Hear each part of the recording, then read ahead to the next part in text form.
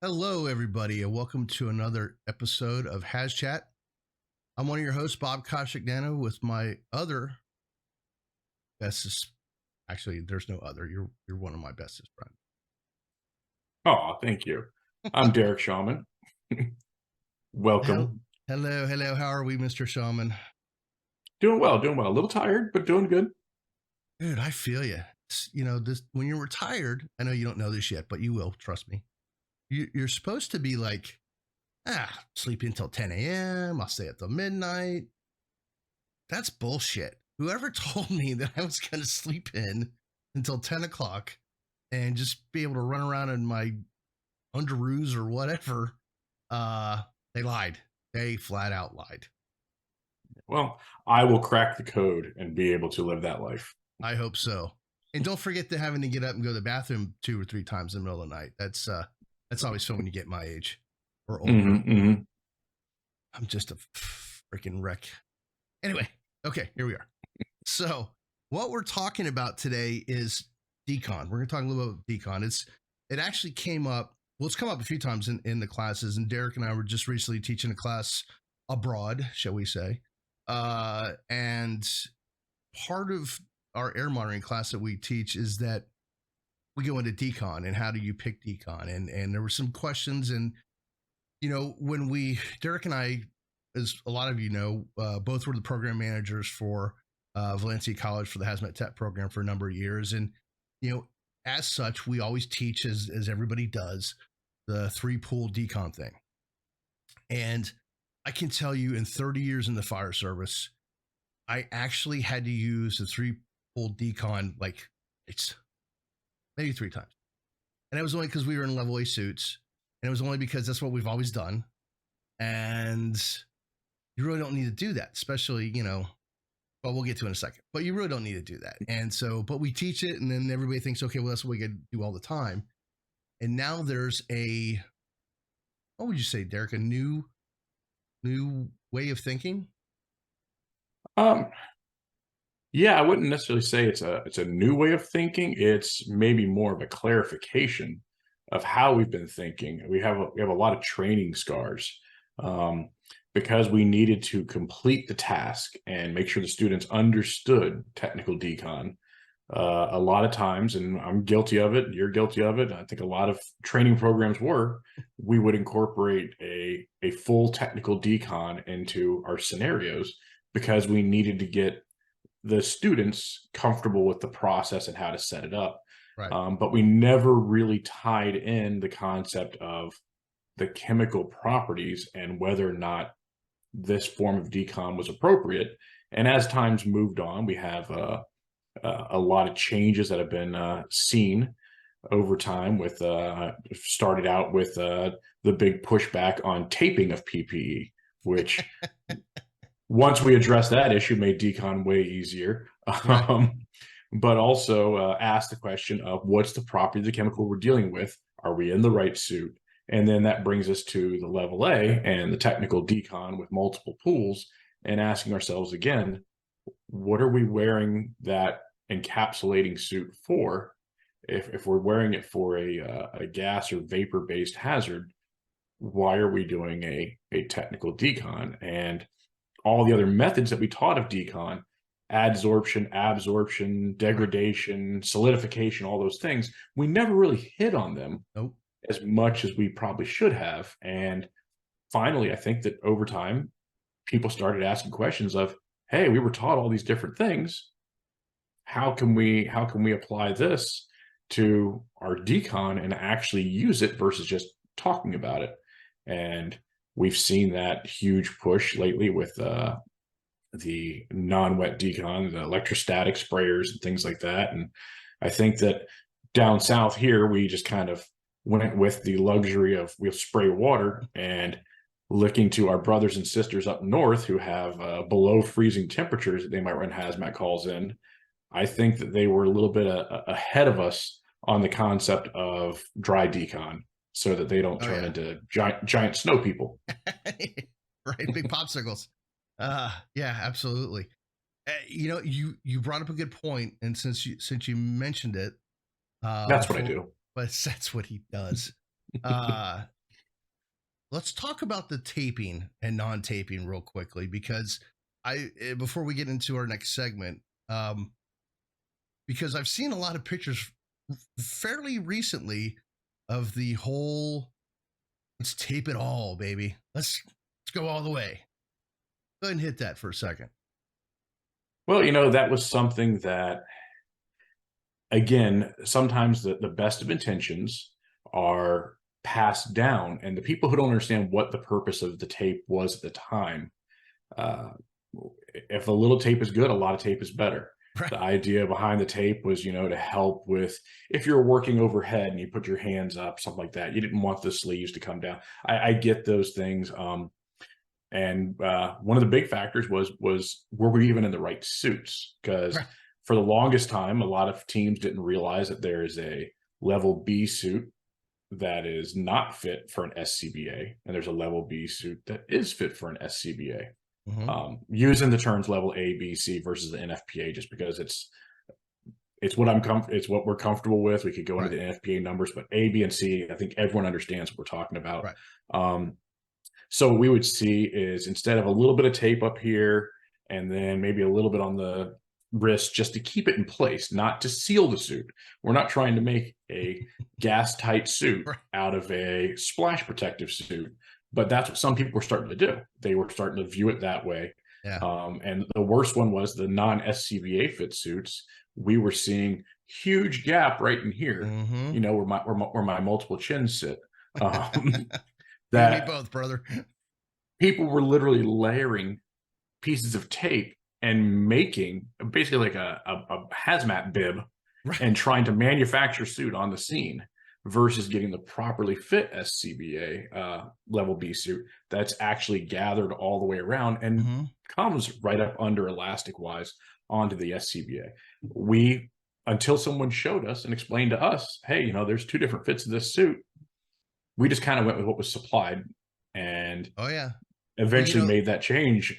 You talk about that plate, and I don't want to mention initials or anything, but there was an entity that I was fortunate to attend for meth lab training, and one of the things was, and they called it a tape plate, and they took several pieces of duct tape, and so we made this little square and we put it up over there, and me and the other hazmat person, which you know very well also, looked at them, the two fire guys with all the law enforcement brethren, and we're like, yeah, that's not right. Oh, so we had to go through it. But yeah, that's not only the fire service, that's gone to other agencies building that plate. But hopefully, I think now the message is getting out to everybody. Listen, if you got to tape that much, you need, one, a bigger suit, or two, a different suit, or maybe both.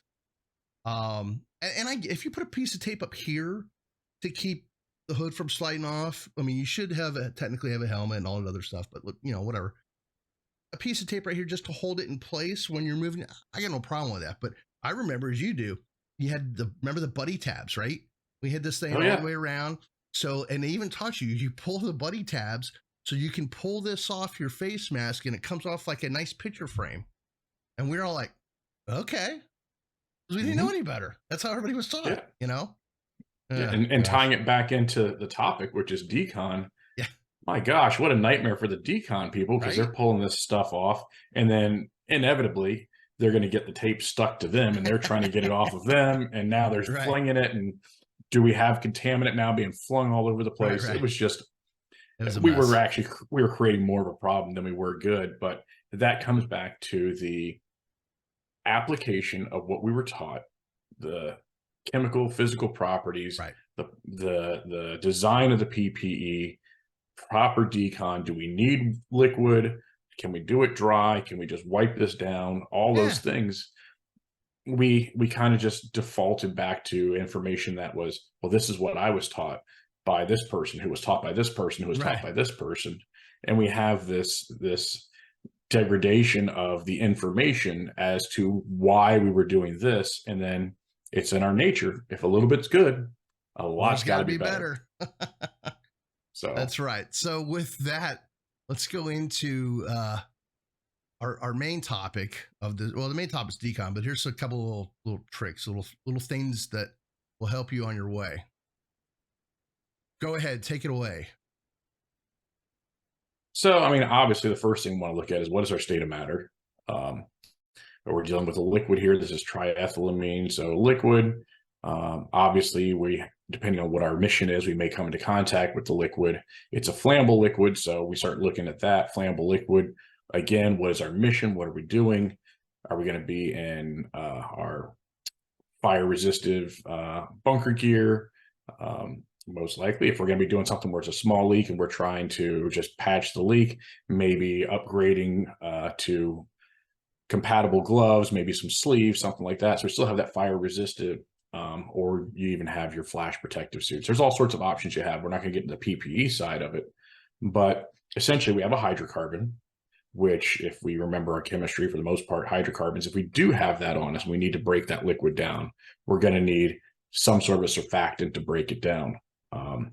So some of the easy ways to look at it is, when you look at your properties, if the solubility is below 10%, water is not going to be enough. Above 10%, there's a good chance that water will be enough to wash that product off. But below 10%, you're going to need more than water. You're going to need a surfactant. But realistically, why don't we just absorb this product off of us? We can use paper towels. We can use pads. We can use all sorts of things to absorb the bulk of whatever product may be on the person. Then we can clean it off from there, depending on what we need. Yeah. And then, go ahead. Yeah, then I'm Bob. You always point out the first aid side of it. Yeah. So one of the things that I try to impress upon people, I think we waste a lot of time in trying to decide PPE and whatever. And like I said, like Derek said, what's your mission? If my mission is just recon, let's look at this real quickly. If I look at this NIOSH page and I drop right down underneath the UEL and LEL, it says class 1B flammable liquid. All right, flammable. What do I need?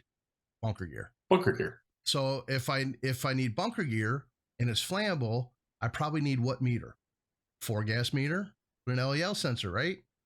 And then I go to routes of exposure, and the very first thing says inhalation, SCBA. So just that quickly, bunker gear, SCBA, at least at a minimum 4-gas meter. And this is to do recon. Now, like Derek said, if I'm having to work with the product, as we can see, the ideal H is 200 parts per million. Okay, there's some things we could change. And again, we're not getting into the whole PPE structure, but this is just so you can look at things real quickly. But getting back to the decon segment, look over at first aid underneath skin. Soap, wash. They tell you right there what you need to do for decon. I need soap because I need a surfactant, and then obviously water, and there's my decon. So just that quickly, you're able to find your decon, find your initial PPE, and air monitor, you're good to go in like 30 seconds. Yep. And this is definitely we have all sorts of, like we were talking about in the beginning, different forms of decon. We have different options available to us. But if by default, most HazMat teams that probably are listening to us are fire service based. Right. The one thing that fire department always has is water. Plenty of it. And soap is easy to carry. So maybe you're not part of a team that has some of the other decon options available: absorbent pads, absorbing powder, all those things, electrostatic decontamination, all those things that maybe your team has. Maybe you're a satellite unit, or even just an operations level engine company. You know that you have water. You probably have soap too. Right. That right there is enough to get it done. Right. Especially if you've got a victim that needs a quick decon. Yeah. Someone that's had this spilled on them. Let's get it off of them. And a lot of people forget about the gross emergency decon. And I was just doing some training with another department, and one of the scenarios was the chem suicide in a car. And when they went to do decon, and this is something to think about, kids, just because you have the little green bucket, that's not decon. That's not decon for your patient. That's for post-fire. And that's a whole other topic. Maybe we'll hit another day. But that gross emergency decon, that trash line, that booster line, whatever, unless you've got time to set all that up, the quickest, most effective way is just stretch a line, whatever it is, instead of going through all that, because we're dealing with a patient and time is of the essence. We don't have time to be hooking up the green hose and to get the da-da-da-da-da-da. Get them wet, get them undressed, get them down, and get them out, So. Yep. Just remember that HazMat equals fog. So if you're running a smooth board, let's not use that for gross decon. Unless we were trying to push the patient back into the hot zone by knocking them off their feet. Make them do make sure that we're using the fog and giving them a shower. Yeah, exactly. Anything else on this one? It's short and sweet, down and dirty. I mean, that's what this is about. We try to keep these to a point where it's just, good 20-minute drive to work or whatever, little nuggets, for everybody. Anything else? Well, that's the reality of it is we don't have to overcomplicate it. I mean, we could easily talk about decon for 8 hours, but is anyone getting any valuable content out of it at that point versus just, hey, here's something to consider. What are the chemical properties? What are the physical properties? All right, go from there. Yeah. And that's the biggest thing. You hit the nail on the head. People overthink things. And when you do, it's usually not a good thing. Yeah. One I do want to add to it, because it's always been asked in class, is water reactive products. Oh, good. Yeah, hit it. If it is a water reactive product, we have people who are concerned about performing decon with water. Don't worry about that. When we're talking about water reactive products, we're talking about, I've got a large spill of something. I shouldn't direct a hose line into it, or I should try to keep it isolated from water. The amount of product that's going to be on the PPE or on a victim is limited to how much can actually touch the surface. The amount of water that we're going to be bringing to that, if we choose to use water as a flush system, is going to be copious amounts, more than enough to overwhelm it. And especially when we're talking about patients, it's already, if it is water reactive, we just need to get it off of them, because there's water in their skin, there's water in their body. Okay. So don't worry about that. Flush people with water, copious amounts of water, get it off of them. So don't let the water reactive thing scare you from a gross decon or even a entry person decon. That's not a concern. It's a concern of keeping bulk amounts of the product away from water. Yeah. Very good point. Yeah, that has come up a lot in a lot of our past trainings. So, all right. Well, let's jump right to some websites for you guys to check out to gather more information. Obviously, our YouTube page has got previous HazChats as well as some other videos where we've looked at different vehicles and some incidents. We've discussed those as well. The HazMat Guys Roundtable show, first Tuesday night of every month, 8 p.m. Eastern. Myself, Bobby, Mike, and Jeff Zintek do that one live. Feel free to chime in. And then some Facebook groups. HazMat Group 2. I think we're the largest, I'm not mistaken, Facebook HazMat group. I think we got 9,500 and going higher. But there's also HazMat Group and Common Sense Group. All three are great places for resources and asking questions. People always want to help each other out, and it's been a great community. And so there you go. Anything else? Good. Nope, that's it. All right. Another episode in the books. I'm Bob Coscignano. I'm Derek Shawman. And we'll see you next month. Stay safe.